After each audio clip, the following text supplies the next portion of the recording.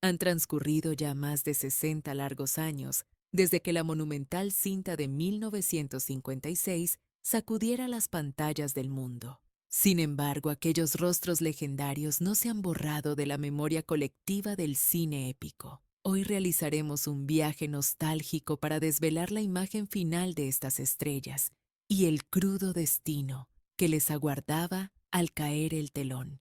Busca tu rincón favorito, relájate y acompáñanos en este homenaje cargado de emociones y revelaciones sobre los ídolos de ayer. Charlton Heston. Han pasado las décadas, pero aún en la actualidad, al pronunciar las sílabas de su nombre, Charlton Heston, se siente un temblor en los cimientos mismos de la historia cinematográfica estadounidense. Es como si de repente se rasgara el velo del tiempo, liberando torbellinos de arena mística, nubes de incienso sagrado, y revelando la imponente estatura del hombre que se atrevió a dar vida a Moisés. Heston trascendió la categoría de simple actor. Se erigió como un titán del Hollywood dorado, un ser moldeado por el destino para encarnar héroes que superaban la escala humana. Su presencia física, esa mirada penetrante y una voz cavernosa parecían haber sido esculpidas por la providencia para empuñar la vara divina, dividir océanos y retar a los reyes más poderosos de la antigüedad. En los 10 mandamientos experimentó una metamorfosis total para convertirse en Moisés, el príncipe de Egipto, que se topa de frente con un secreto devastador capaz de desmoronar imperios milenarios. Descubre que su sangre no es azul ni pertenece al trono, sino que brota del pueblo oprimido, que suda y sangra, arrastrando bloques de piedra bajo el látigo abrasador. Desde aquel instante crucial, y la industria lo sabía bien, la identidad del personaje y la del actor se fundieron en una aleación indestructible. No obstante, tras esa fachada de invencibilidad casi divina latía un corazón mortal. Un hombre de carne y hueso, que con el implacable avance de los años, vio cómo los laureles, los trofeos y las ovaciones se iban tiñendo con las sombras amargas de la vejez. Charlton Heston vino al mundo un 4 de octubre de 1923, y aunque en el celuloide proyectaba una imagen inmune al dolor, la realidad biológica no concede treguas a nadie. Su última gran batalla no fue contra un faraón, sino contra su propia salud. El 5 de abril de 2008, una devastadora combinación de neumonía y leucemia extinguió la llama de este intérprete legendario. Contaba con 84 años de edad. Aquellos espectadores que vibraron viéndolo caminar entre dunas y milagros jamás podrán borrar de sus retinas su estampa final, un gesto envejecido, físicamente frágil, pero portando esa misma dignidad de acero que lució en cada toma, como si el espíritu de Moisés siguiera habitando en su interior hasta el último suspiro.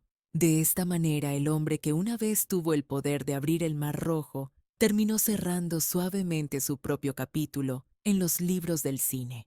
Una verdad es absoluta: la industria jamás volvió a forjar un Moisés de la talla y presencia de Charlton Heston. Pasemos a Yvonne de Carlo. En un universo cinematográfico dominado por tiranos ególatras, faraones de corazón duro y profetas con misiones divinas, existió una figura cuya fortaleza no radicaba en el cetro, sino en el alma. Nos referimos a Séfora y a la inigualable mujer que la inmortalizó, Yvonne de Carlo.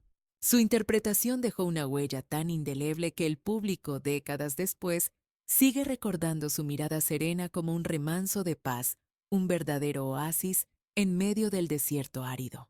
Yvonne de Carlo llegó a este mundo el 1 de septiembre de 1922 y rápidamente ascendió como una estrella que fusionaba una belleza exótica, un talento desbordante y un aura casi mística. Siendo bailarina, vocalista y actriz, parecía haber nacido para el brillo del espectáculo, pero en los 10 mandamientos desveló una capa más profunda, una calidez humana tangible, capaz de ser el contrapeso perfecto para la abrumadora carga dramática de Moisés. Dentro de la narrativa de la película, Séfora es la primogénita de Jetro, la joven que halla al fugitivo Moisés en el instante más crítico y vulnerable de su existencia. Ella no ve al príncipe caído, ni al futuro líder de masas. Sus ojos ven simplemente a un hombre, y es precisamente ahí donde su arco narrativo se vuelve el corazón de la historia. Mientras en los lujosos palacios egipcios, Nefertari desataba huracanes de pasión tóxica, Séfora se erigió como el símbolo de la serenidad, la fe inquebrantable y la sencillez del amor incondicional. Fue ella quien caminó codo a codo con Moisés, mucho antes de que el mundo temblara ante su nombre. Ella fue quien se convirtió en su esposa y le dio a su hijo, Gershom. Ella fue el pilar que lo sostuvo firmemente cuando el destino era un abismo incierto y oscuro. Su actuación impregnada de ternura y majestad nos enseñó que no todas las guerras se ganan con ejércitos. Algunas victorias se logran con paciencia infinita y un corazón blindado, aunque fuera de la pantalla, su vida fue igual de intensa. Tras una trayectoria artística vasta y polifacética, Yvonne de Carlo se fue alejando paulatinamente de los reflectores cegadores de Hollywood. El 8 de enero de 2007, su vida se apagó por causas naturales a la edad de 84 años. Las fotografías de sus últimos tiempos nos devuelven a una dama mayor, pero que conservaba intacta esa elegancia tranquila que parecía provenir de otra época, como si la esencia de Séfora jamás la hubiese abandonado. Así en los anales del cine épico, ella quedó eternizada como la voz suave y melodiosa que acompañó a un profeta, la figura silenciosa, pero absolutamente indispensable. Porque si Moisés fue quien abrió el camino para la libertad de su pueblo, Séfora fue quien le dio la fuerza para caminarlo cuando nadie más creía en él. Anne Baxter. Si Charlton Heston fue la encarnación de la rectitud espiritual, Anne Baxter personificó la otra cara de la moneda, el fuego de la pasión, la ambición desmedida y el desgarro silencioso de quien lo sacrifica todo por un amor imposible. En el instante en que Ana irrumpió en pantalla bajo la piel de Nefertari, la audiencia comprendió de inmediato que no estaba ante una simple villana, sino ante una fuerza de la naturaleza. No estábamos simplemente frente a una integrante más de la realeza del Nilo, sino ante una auténtica fuerza de la naturaleza, una mujer con el poder suficiente para reducir imperios a cenizas con tan solo un parpadeo desafiante. Anne Baxter, quien ya ostentaba en su repisa el codiciado premio Oscar y gozaba de un estatus estelar intocable, aceptó el desafío sin saber lo que le esperaba. Ninguna experiencia previa la habría podido preparar para la vorágine emocional con la que el personaje de Nefertari tatuaría su legado para siempre.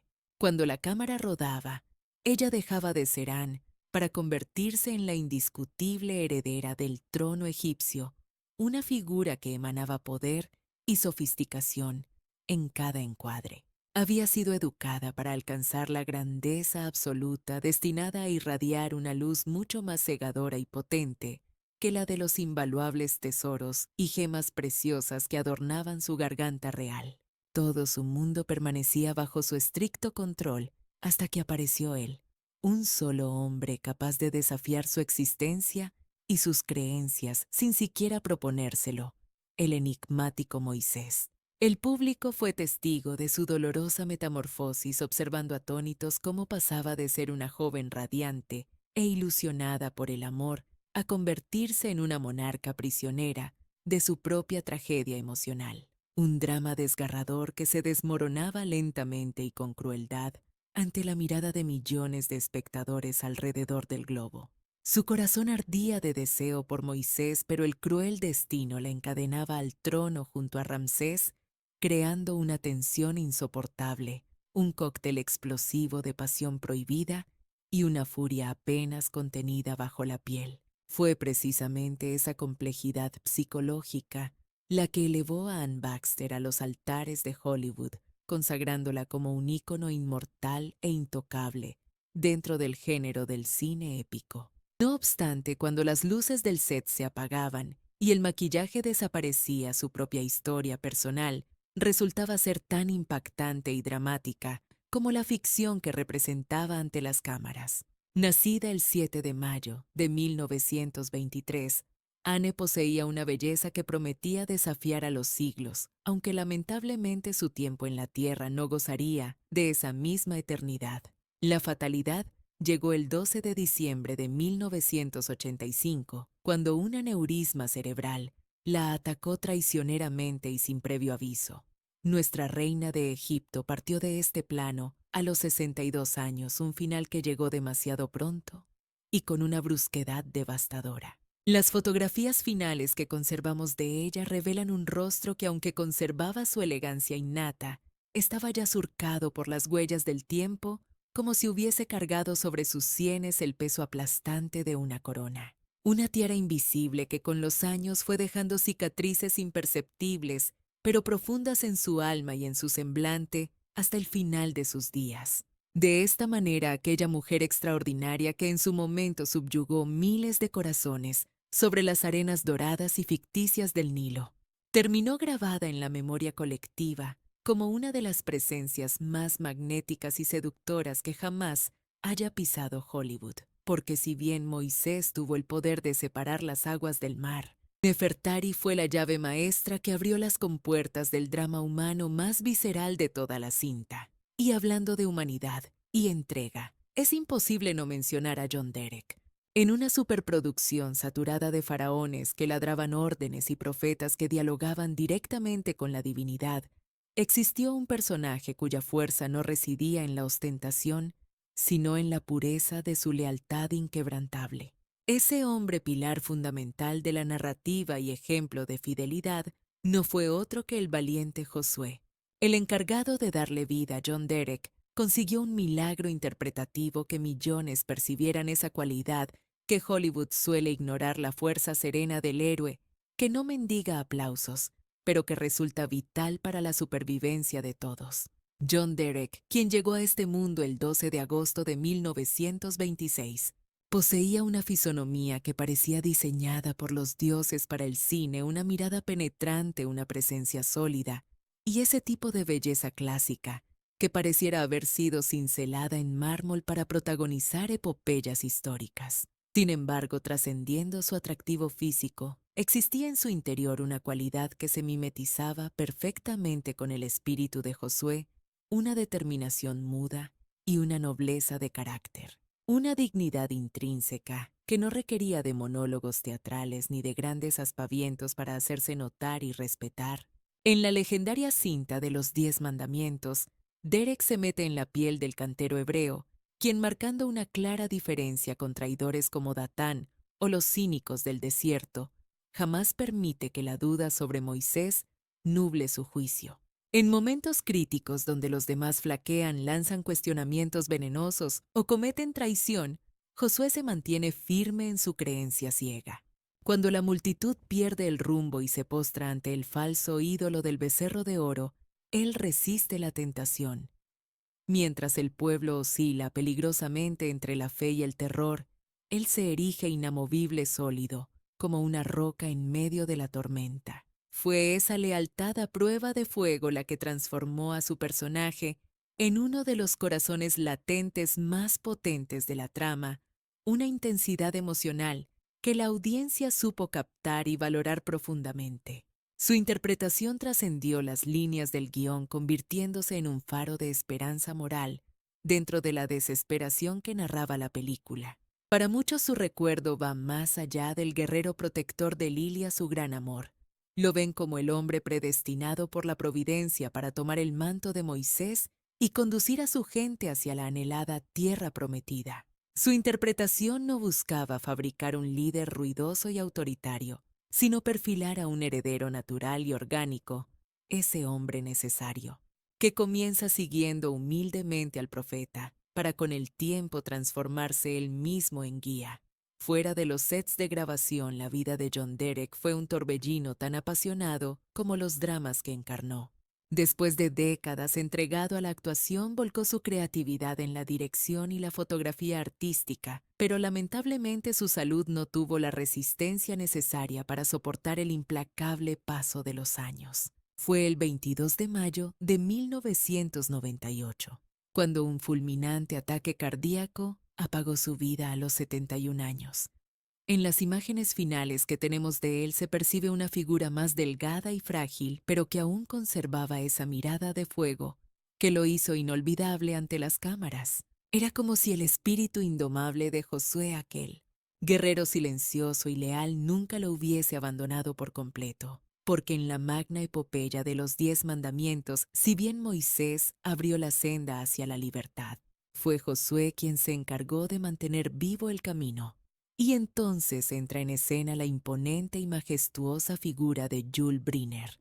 Mientras Charlton Heston se transformaba en el profeta destinado a cambiar el curso de la historia, Jules Briner emergía como su contraparte oscura y poderosa, un hombre que parecía haber sido tallado por los dioses con el único propósito de reinar. Su presencia resultaba absolutamente hipnótica, acompañada de una mirada afilada como una daga y una cabeza singular. Completamente rapada, un estilo audaz y revolucionario para aquellos tiempos que obligó al público a comprender de inmediato que no observaban a un simple actor, sino a la encarnación viva del faraón Ramsés. Briner, nacido el 11 de julio de 1920, era un verdadero nómada cultural de raíces rusas forjado profesionalmente en Estados Unidos y suizo por elección personal, una amálgama de identidades tan única como su estilo de actuación. Hollywood ya se había rendido a sus pies por su inolvidable papel del monarca en El Rey y Yo, pero fue sin duda su participación en los 10 mandamientos la que lo elevaría definitivamente a la categoría de figura inmortal y legendaria del séptimo arte. En la majestuosa producción, Jules Briner no solo actuó, sino que se mimetizó por completo con Ramsés, personificando al príncipe de soberbia incalculable, ese heredero criado bajo la firme creencia de que el universo entero orbitaba a su alrededor, como hijo predilecto del faraón Seti y dueño absoluto del futuro de Egipto. Su arrogancia era tal que no podía concebir la más mínima muestra de insubordinación, ni mucho menos aceptar la idea de que otro ser humano, aunque fuera alguien tan cercano como Moisés, tuviera la capacidad de hacerle sombra o cuestionar su autoridad divina. La batalla que libró contra Moisés trascendió los límites de lo político y lo religioso. Se transformó en un duelo íntimo, visceral y profundamente personal que desgarró el vínculo de hermandad que alguna vez compartieron. Cada movimiento calculado, cada palabra pronunciada con desdén y cada mirada penetrante que Briner regalaba a la cámara poseía la intensidad devastadora de todo un imperio en su apogeo, dominando la escena con una presencia magnética. Él era la encarnación viviente y palpitante de un poder totalitario y obstinado, enfrentándose con furia ciega a un destino que ya estaba escrito y que resultaba trágicamente inevitable. Sin embargo, la grandiosa epopeya que Hollywood proyectó en las pantallas de cine escondía un drama paralelo, un reflejo silencioso y doloroso que ocurría lejos de los reflectores y el maquillaje. Porque a pesar de proyectar una imagen de virilidad indestructible, Jules Briner cargaba con una sentencia de muerte en su interior, luchando contra un enemigo invisible y despiadado, el cáncer de pulmón provocado por su tabaquismo. Finalmente, el 10 de octubre de 1985, la enfermedad cobró su precio y el gran faraón de la pantalla cayó derrotado ante la mortalidad a los 65 años de edad, dejando un vacío irreemplazable. Incluso en las fotografías de sus últimos días se podía percibir esa postura regia y esa mirada desafiante, como si a pesar de la debilidad física, su espíritu se negara rotundamente a soltar la dignidad que lo caracterizó hasta su último suspiro. Uno casi podría imaginar al propio Ramsés en su lecho final, aferrándose con uñas y dientes al trono, resistiéndose con todas sus fuerzas a aceptar que su reinado había llegado a su fin. De esta manera, concluyó la leyenda del rey, que tuvo la audacia de desafiar a Dios en la ficción, pero que no pudo vencer la cruda realidad de la condición humana fuera de la pantalla. Si este relato te está atrapando, te invito a escribir la palabra 1 en los comentarios para saberlo. Si no es así, escribe 0. Valoro enormemente tu honestidad y participación. Hablemos ahora de la imponente figura de Cedric Hardwicke. Mucho antes de que Ramsés osara levantar su cetro contra el profeta, existió otro nombre que mantuvo a Egipto bajo un control absoluto y férreo: Seti, un monarca cuya reputación inspiraba tanto respeto reverencial como un temor profundo en sus súbditos. Para dar vida a un soberano de tal calibre histórico y emocional, la industria de Hollywood requería mucho más que un simple intérprete competente. Necesitaba una fuerza de la naturaleza, una presencia escénica que llenara la pantalla sin esfuerzo. Buscaban una autoridad que no se actuara, sino que se sintiera, y hallaron exactamente esa cualidad innata en el veterano actor británico, Cedric Hardwicke. Nacido el 19 de febrero de 1893, Hardwicke provenía de la rigurosa escuela del teatro británico, un entorno despiadado, donde solo triunfan los más disciplinados, aquellos capaces de dominar a la audiencia con un simple gesto. Y cuando aterrizó en el set de Los 10 Mandamientos, esa potencia interpretativa se hizo notar al instante, elevando el nivel de cada escena en la que participaba. En la cinta, su interpretación del faraón Seti trasciende el guión. No es solo un rey, es la personificación misma del imperio egipcio, en su cenit un estratega frío y calculador. Es un hombre que, a pesar de su poder, es dolorosamente consciente de la fragilidad de su trono y lucha con desesperación silenciosa para asegurar que su supremacía perdure tras su muerte. Seti se encuentra en una encrucijada emocional, viendo en Moisés las cualidades del hijo que desearía tener, y en Ramsés a un heredero problemático y cegado por la vanidad. Contempla a Egipto como un legado sagrado que debe proteger, mientras vislumbra con temor que el futuro trae consigo una amenaza que crece día a día en las sombras. Cada secuencia donde aparece Hardwicke está impregnada de una gravedad solemne, una autoridad casi física que traspasa la pantalla y se clava en la mente del espectador. Parecía como si el peso agobiante de 1000 años de dinastías descansara sobre sus hombros. Su voz profunda y controlada obligaba a la audiencia a enderezarse y prestar atención. No obstante, detrás de esa figura monumental y regia que proyectaba poder ilimitado, se escondía una verdad mucho más vulnerable. Existía un hombre real enfrentando el inevitable desgaste de la vejez. Su salud distaba mucho de ser la de un faraón de hierro, y el tiempo comenzaba a cobrarle factura implacablemente.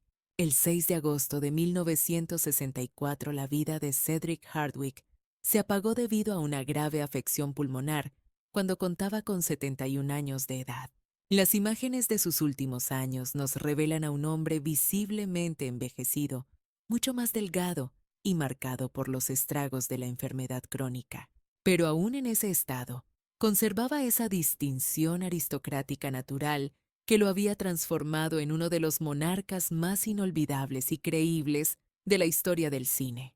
En los anales cinematográficos, Seti perdurará como el faraón lúcido que presenció el principio del colapso, el hombre que vio cómo los cimientos de su mundo se agrietaban. Fue el testigo trágico que, sin saberlo completamente, observó cómo el inmenso poder de Egipto comenzaba a pudrirse y resquebrajarse desde sus entrañas.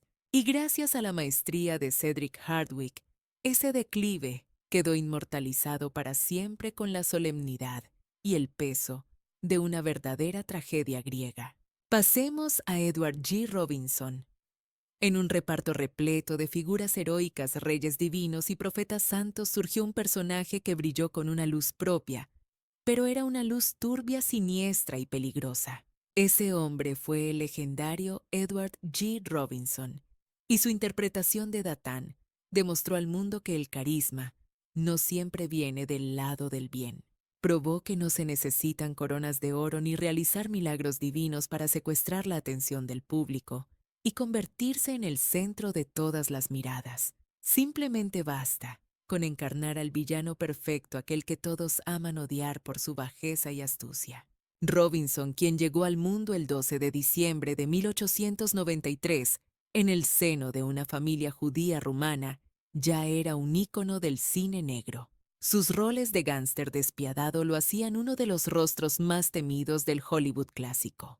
Pero en Los 10 Mandamientos, el reto interpretativo era radicalmente diferente a todo lo que había hecho antes. No se trataba de interpretar a un criminal con ametralladora, sino a un traidor bíblico, una serpiente vestida con túnicas en el antiguo Egipto. En la trama, Datán es el supervisor hebreo que, lejos de sentir compasión o solidaridad por su pueblo esclavizado, decide vender su alma y pactar con los verdugos. Es el retrato de un hombre sin moral ni escrúpulos, dispuesto a subastar su honor y a sus hermanos por un fragmento miserable de poder temporal.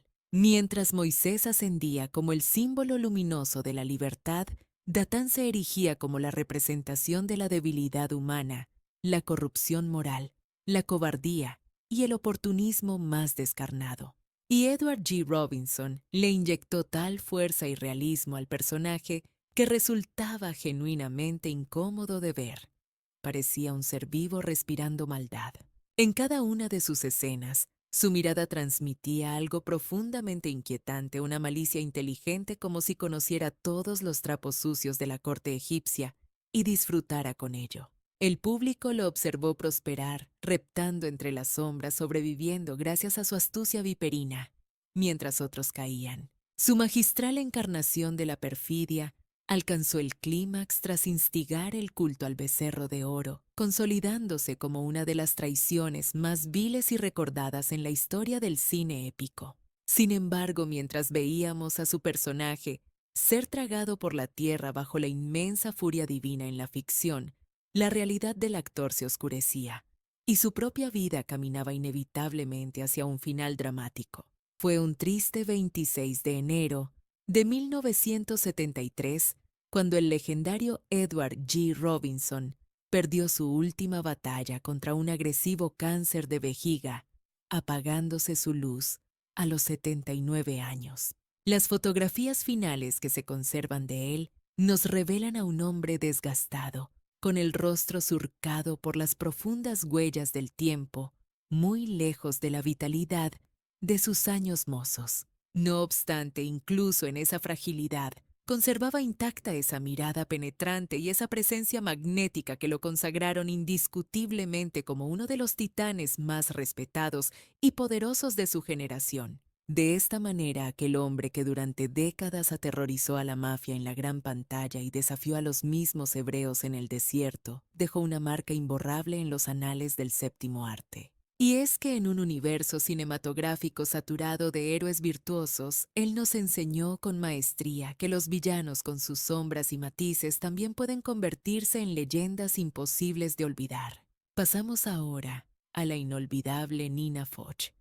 cuya historia se entrelaza dramáticamente entre las majestuosas pirámides, el calor sofocante de la arena y los mandatos crueles e irrevocables de los faraones. Existe un instante crucial y conmovedor dentro de la película Los 10 Mandamientos que logró marcar a fuego la memoria y el corazón de millones de espectadores alrededor del mundo. Se trata de aquella escena icónica donde una distinguida princesa egipcia se inclina con delicadeza sobre las aguas para rescatar a un pequeño bebé abandonado a su suerte en una cesta.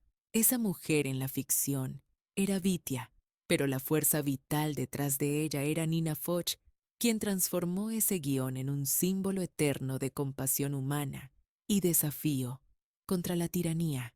Nacida el 20 de abril de 1924, Nina no era ninguna novata en las colinas de Hollywood.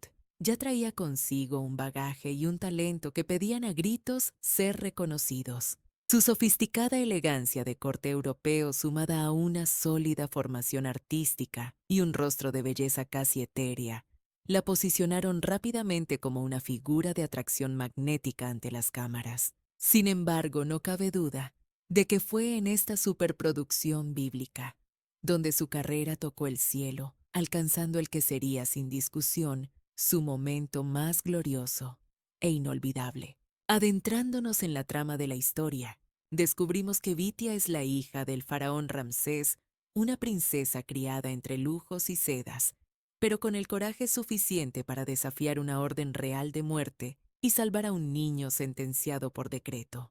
Ese niño rescatado de las aguas destinado a cambiar la historia no era otro que el gran Moisés, y su supervivencia dependía enteramente de ese audaz acto.